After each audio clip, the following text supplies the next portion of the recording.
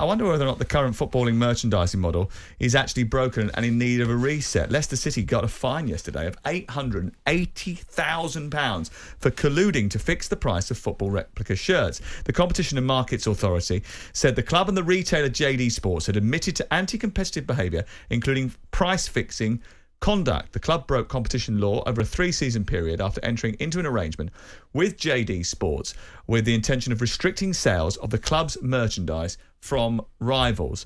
Do you think that football kits are overpriced? Does there need to be a remodelling of how we sell football kits? I've always felt that the junior kits were overpriced. And that's why when I was at Palace, I always made them what I felt was, listen, most products in life come with a margin that costs about 20%. So if you buy a pint of beer, it costs about, if it's a fiver, it would cost the pub about 80p. And then you look at it and go, well, look at the margin markup. Yeah, but there's a whole raft of other things that go into the equation. I do think there's an element of profiteering that goes on the emotive relationship between football clubs and their fans, and the constant changing of kit and the number of kits that they launch.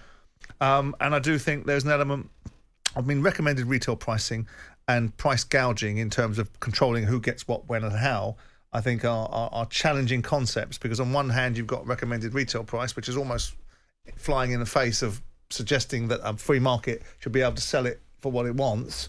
And then you've got this particular scenario, and it doesn't look right, given that we spent forever and a day telling people how valuable football fans are. But it comes also with the new structure of deals, often are based upon a huge upfront payment to the football clubs for the nature of the merchandise deal that they do. And with that in mind, it comes with an obligation for the prices to be determined at a certain point through certain distribution methodologies that suit the kit manufacturer. So it's not a straightforward yes or no. I do think that kit prices are expensive, but of course no one makes somebody buy a kit. It's not a necessity to have a kit. And my main focus was always on looking at the children's kit, because that's the leverage of emotivity. If a grown man doesn't want to spend 70, 80 quid on a shirt, then he only has to justify that to himself. If a grown man has a young son like I have and you have, that want to have their football kit for their team, and you've got as a father that pull upon you, which is basically the emotional sentiment, I think the opportunity to trade in that profiteering space is sometimes fundamentally wrong. So look, you can't, football is business, and football comes with a price tag of generating revenue from the fans, whether it's from subscription fees on broadcasters, it's the pint of beer that you buy inside the stadium, or it's the merchandise. But when you start constructing only certain distribution routes to be able to buy the product, and then that price becomes a price that's set in a certain perspective, I think there does need to be the consequences that these guys have reaped. I was looking at a graphic from the Mail on Sunday at the weekend, in which it was suggesting that the average price of a shirt is 80 quid, right? Yeah. Okay, and I just had a look actually on if you were to buy a new Mason Mount number 7 kids jersey for a 7-year-old from Manchester United with the Premier League badge on it, it would cost £77. Yep. So the retailer gets £26 of that. The manufacturer gets £23 of that. VAT is 13 quid. Manchester United get £4.80 from it, and yeah, but they've also got a huge upfront payment. The cost to make from that, to make it is £8. Yeah, no, I was about to say that to you. I was about to say that when we looked at, I know precisely what the cost of manufacture is, and it hasn't changed very much over the years. When we had various kit manufacturers, it was about 8 quid for an adult replica shirt, and we would retail it at 49 or 59 quid. Take the VAT off that, you look at the metrics, you're at a 20% ratio. Everything in life, whatever you buy, you go buy a £300 suit, it costs them 60 quid to manufacture, or even less than that.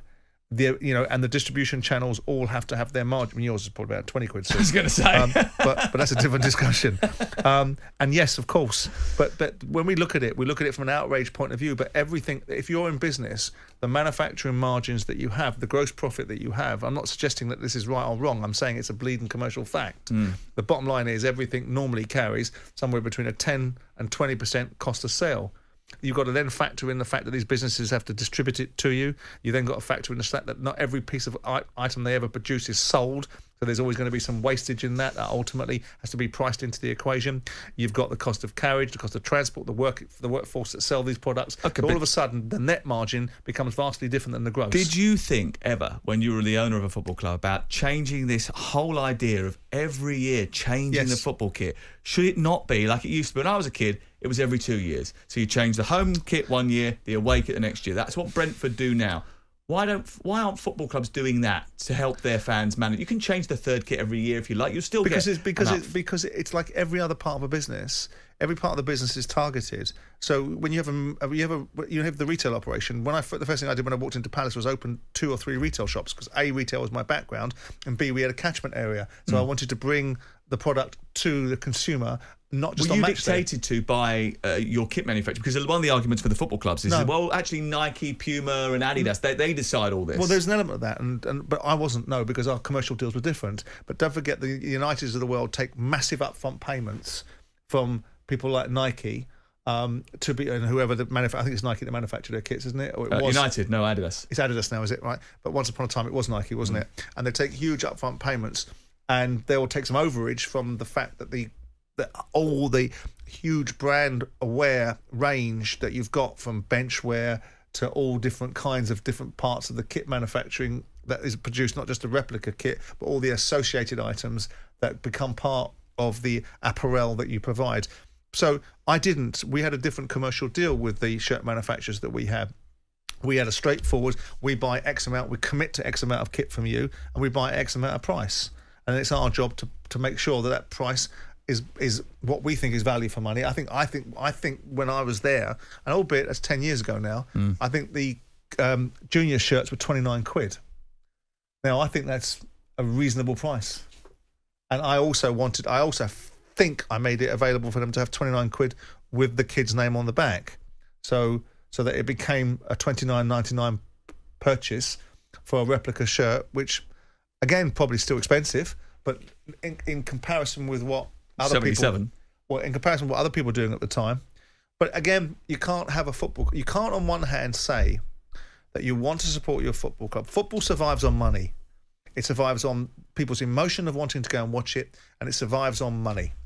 And there's a revenue stream that can be generated from merchandise. And if you don't like something, don't buy it. And your argument is, and it has validity, but the world has changed. When we were around, and you're younger than me, but when I was around as a young man watching football, the dynamics of football were very different. It was just a tacit acceptance that the way that footballers got paid didn't break every aspect of a football club, and ultimately there was a different dynamic. Attendances were bigger. I can remember growing up in the 70s when Palace were getting 50,000 fans at Selhurst Park, and the dynamics of football weren't as prevalent financially as they are now. But then you look at it, and you look at the 80s, and you see the demise of English football and the finances around it. So this is just another revenue stream, and whether people like it or they don't, it's part and parcel of the business of football. When was the last time you bought a football kit? But I wouldn't dream of wearing a replica shirt.